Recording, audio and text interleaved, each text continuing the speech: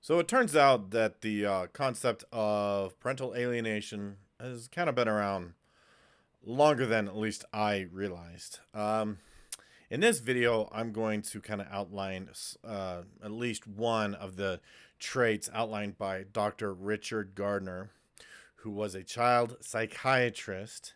Um, he was one of the major first pioneers to outline parental alienation. And he actually died back in 2003. He actually took his life, he committed suicide. I talked about this in a previous video about Dr. Gardner, how he had introduced parental alienation syndrome. That's what he called it, PAS, parental alienation syndrome. He actually wrote books on it back in the 90s, believe it or not. One of them was published all the way back in 1995, if you can believe it. It was virtually unheard of back then. It was a relatively new phenomenon. He worked to get it into the DSM, parental alienation. And Unfortunately, he took his life before it could happen. So, in this video, actually, I'm going to outline one of the things that I think is really interesting in terms of Dr. Gardner's, what he outlined in parental alienation syndrome, um, which I think is a really fascinating point.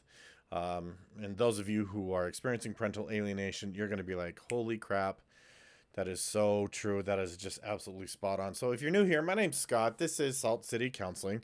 I am a licensed therapist here in the beautiful state of Utah. I specialize in a number of things. I specialize in adolescent development, adolescent therapy, family therapy, parenting, a whole bunch of things like high conflict custody, divorce, things like that. I have dabbled in parental alienation. It is frankly a very difficult area. It's a very difficult topic.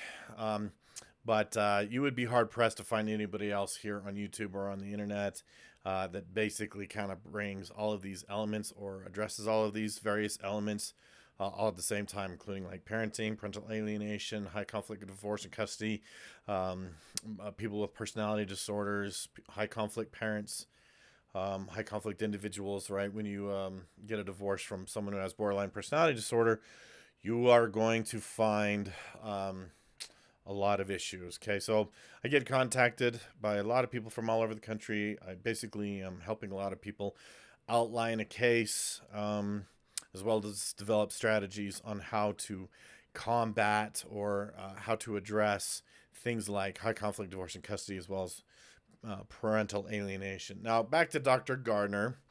Again, he was a child psychiatrist.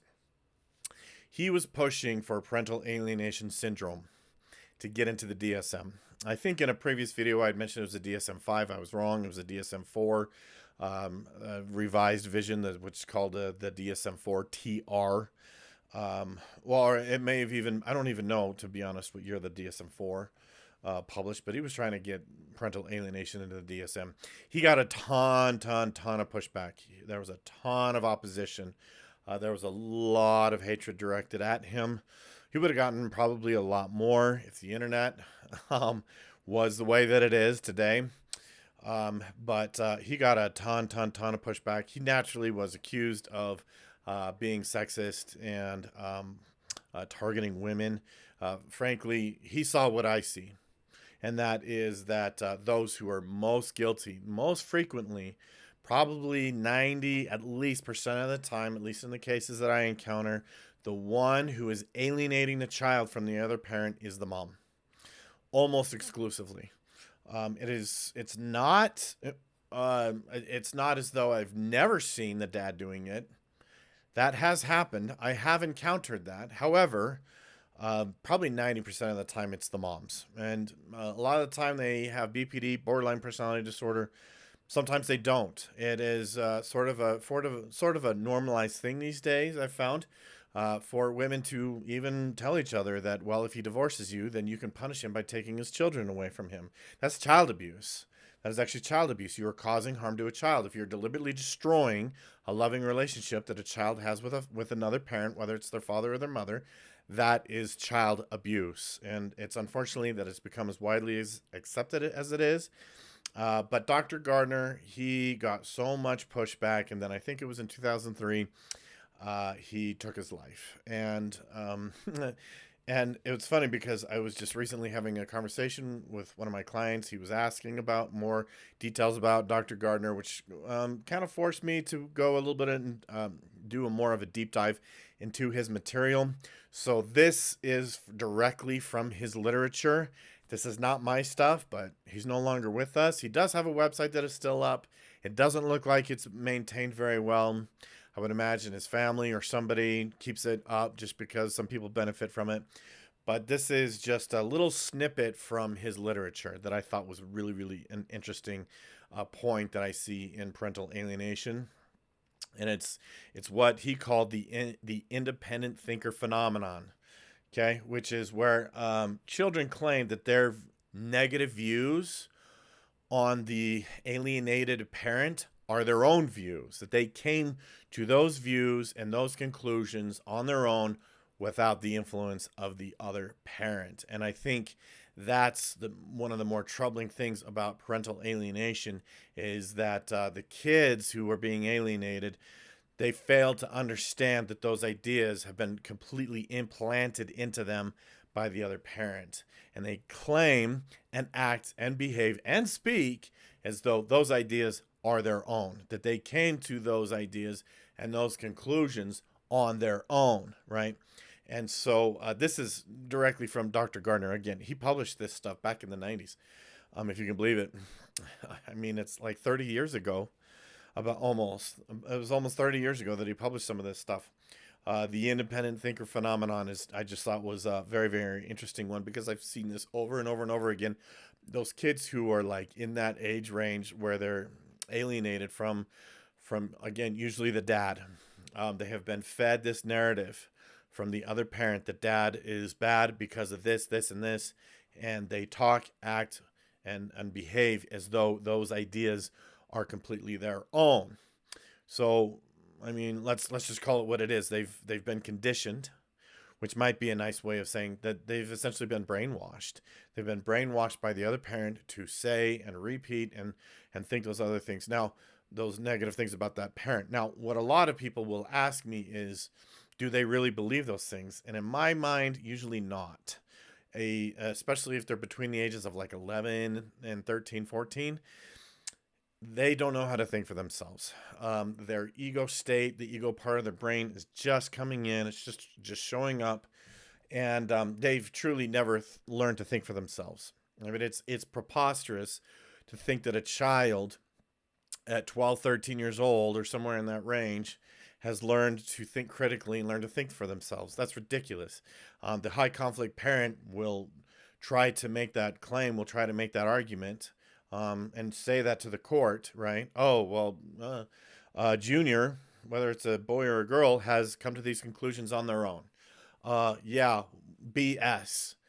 BS. Kids don't know how to critically think. Their brains don't do it.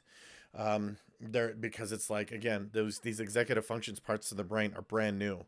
They haven't learned truly how to use them yet. I mean, we look at young people that are in their early 20s; they're still figuring it out, right? I know I was in those ages, but but this is something that you like if you're in a court situation and they're like, oh, the child, the junior, came to these negative conclusions about dad on his or her own. Your response ought to be, kids don't develop those conclusions on their own at that age. That's ridiculous. And because it would be a really, really gross, bad assumption. Let's say that it's a very, very bad assumption to assume that family court has any idea what they're talking about when it comes to child psychology, child development, etc. They don't study it. They don't incorporate it. They just, frankly, they don't give a damn about it.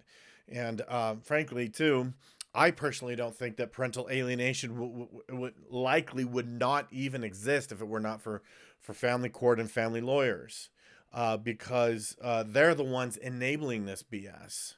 Right, they're the ones that have been flagrantly. They have a flagrantly long history of enabling the alienating parent and taking their and siding with them on things, frankly, because they're stupid. Family court is stupid.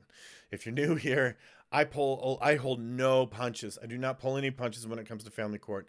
Um, they have destroyed. They have been very a huge problem in destroying families in this country. And and so when it comes to parental alienation, they have a tendency to enable the parental alienation and advance it, exacerbate it, make it worse, etc., etc., etc. But that's just one little tidbit on what Dr. Gardner documented. There's a whole bunch of them. He has a whole bunch of other points, but I thought that one was really fascinating, was worth discussing. So if you would like some additional help on some of this stuff, um, you can go to my website. That is in the description below. My email will probably be there as well, so you can contact me directly if you'd like, and we can work together to present a case why a relationship between a child and a parent should be fought to be preserved. That should be the number one priority for family court. Is that that parent-child relationships we should fight to preserve them. We should do everything. We should exhaust all options to preserve those relationships rather than look for every excuse in the book to restrict or take those rights away to destroy that relationship. So that is going to do it for this video. Thank you for watching. Don't forget to subscribe if you haven't already. Thanks for being here. We'll see you next time.